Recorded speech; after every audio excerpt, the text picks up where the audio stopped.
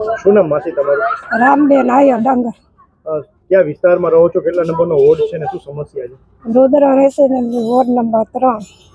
શું સમસ્યા છે માસી? અમારે રોડ રસ્તા અને આ કચરા. આજે થાળી વગાડીને વિરોધ કર્યો છે, શું કહેશો? અમે ફરિયાદ ઘણી કરી છે પણ અમારું કોઈ કાન લેતું નથી.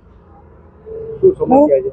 અમારા રોડ રસ્તા ને અહીંયા ગંદકી થાય છે, એ જ પ્રોબ્લેમ છે, બીજો કોઈ પ્રોબ્લેમ અમને નથી. કેટલા વર્ષથી સોસાયટી બની? 3 વર્ષ થઈ ગયા. 3 વર્ષથી આ જ પ્રોબ્લેમ છે.